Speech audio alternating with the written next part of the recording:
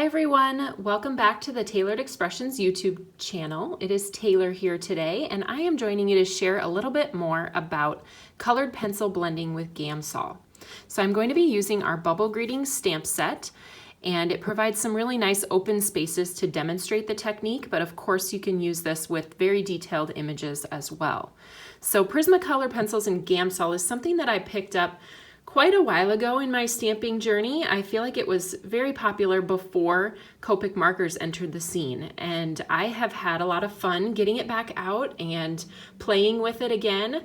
I would liken it to Copic markers in the effect that it gives, but I would also say that it probably has a much lower or not as steep of a learning curve as the Copic markers can have. So I have a couple different techniques that I'm going to share with you. This bottom card is colored using what I call the outline technique, and that is just one pencil for each of those letters. And then this top one I am naming the shading technique, and that uses two different colors for each letter there. So it really depends on what kind of look that you want, and of course you can experiment on your own. To help you with that experimenting, we have our Gamsol starter kit. So I'm gonna bring that in and show you here. Here's what that looks like. It's like a party in a package here. I always have to include something fun in these kits. Another thing you're gonna need when you use Gamsol is an appropriate paper and an ink. So I'm going to recommend our hybrid ink pad Oreo or chocolate truffle would work well for this. I'm also going to be stamping the image on our boxed in basics panels. So let me pull in some of these. We have two different sets. You can see these are pre-printed borders, and they are printed on 100-pound sugar cube cardstock. So that's our white cardstock, which is perfect for blending with Copics. It is also great for using with Gamsol. So you want to make sure you choose a paper that is a smooth finish, and that will give you kind of the best results and allow you the most movability with these with these pencils. So in order to get started, I'm just going to pull my Misty in here. And I have that Hello Friend set up here in the bottom. I suppose I didn't need this still in there from our other video the other day, but okay. Then I'm gonna ink up that Hello Friend and close that down here. And I am going to take advantage of the best part of the Misty and go ahead and re-ink that. I just like to have a really bold black stamped word. So I will often do that. Just go ahead and ink it twice. So after I have that inked, we can take it out of the Misty here. Set that aside, and then I'm going to bring in my pencils. So I'm actually going to demonstrate the two different techniques on this one card. I'll bring those back in here so you can be reminded of what they look like. So we're going to start with this bottom one. I do think it is the easiest. As I mentioned before, it only uses one color of pencil on each of those letters. So we're going to start with Crimson Red here. And I will post in the video a listing of the markers that the pencils that I used, so that you can pull them from your own collections if you want to recreate this project. So the outline method is true to its name. You're using a pretty firm pressure to just outline that image. And then we are going to take our Gamsol with the paper stump. I have mine with red already on it. Now, as I mentioned before, if you were going to use a different color with this, you would want to use your sanding block to sand off that red.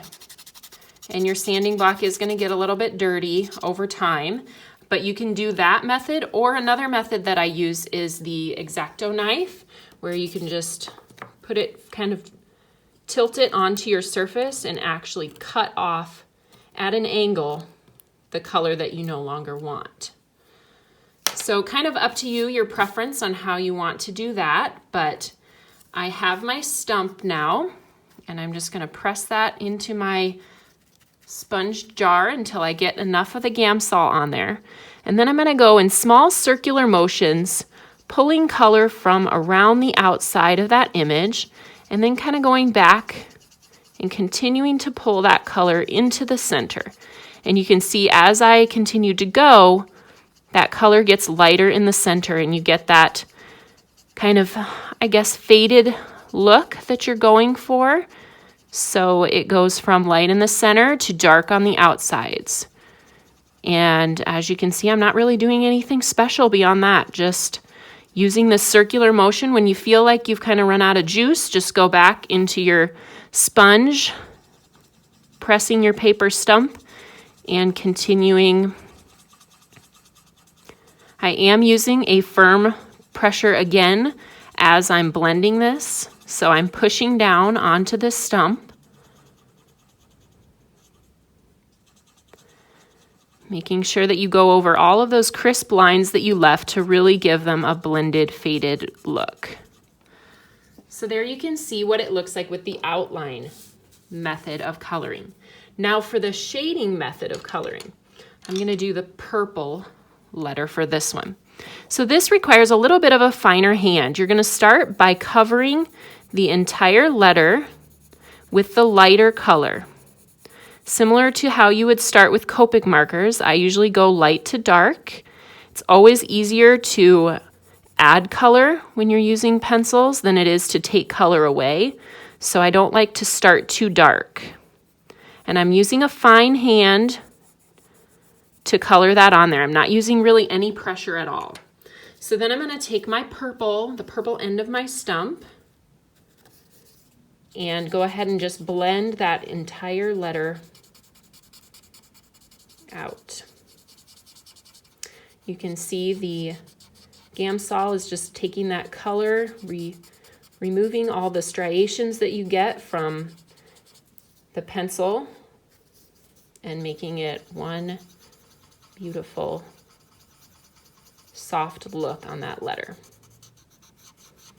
And you do want to make sure you go all the way to the edges, pull that color all the way out to the edges as well.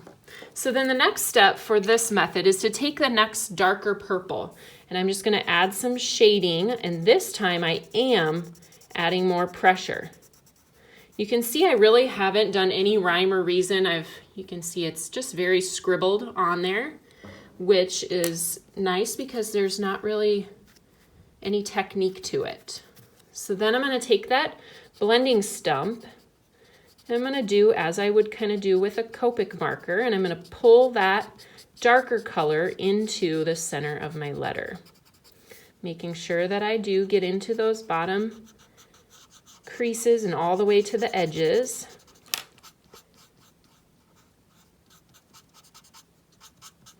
So then you can see we've ended up with the darker shading towards the bottom. You can continue adding over the top of that if you would like, and get some more shadow in there, a little bit darker, to really give you that look from dark to light.